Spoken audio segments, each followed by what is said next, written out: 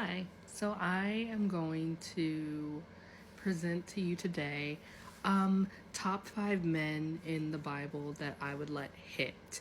And this is in no particular order, really. I'm gonna do 1, 2, 3, 4, 5, but all these men are equally ranked to me. Number 1 is going to be Moses. He's just a really cool guy. Okay, no. He was a really great leader, led his people out of Egypt, checked his privilege, and realized that, hey, I need to do something about this shit now. I can't just keep living a life of fucking luxury. We all watched Prince of Egypt when we were younger, so I think we understand why Moses would be on this list. Even if you're now an atheist who likes to remind everybody that you're an atheist every 5 minutes, you probably watched The Prince of Egypt when you were younger, and you could probably rewatch it today and be like, this fucks. So it's gonna be Moses. He parted the Red Sea. He can part this Red Sea. Number 2 is going to be Samson, because he was built, obviously, and I feel like he was built in a way that's it wasn't shredded. When men are super shredded and it's kind of like they start looking like garbage bags full of meat. No, he's probably just big, and that's what I want. And he had long hair, which is cool, and allegedly maybe black. Theologists don't correct me. I don't care. Whatever. Samson is on the list because he has a nice body.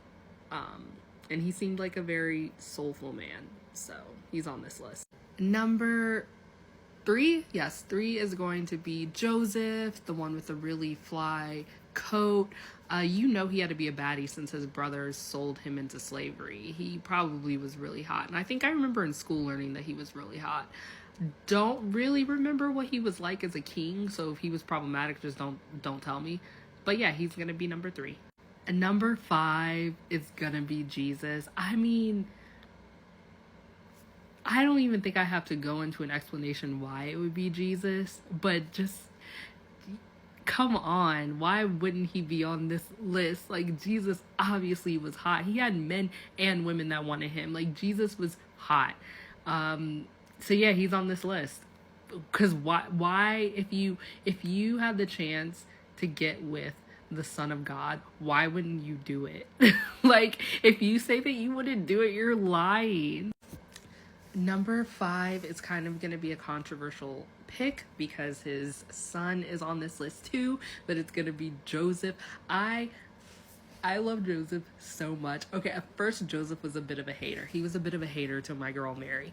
But once he was down, he was down. He was with the program. He said, sure, you're going to have the Son of God. Okay, let's go. Let's go across this desert on the back of a donkey and have this kid, and I'll raise this kid like he's my own. The father that stepped up. He was down so bad for Mary. This is the story that the romance girlies need to write.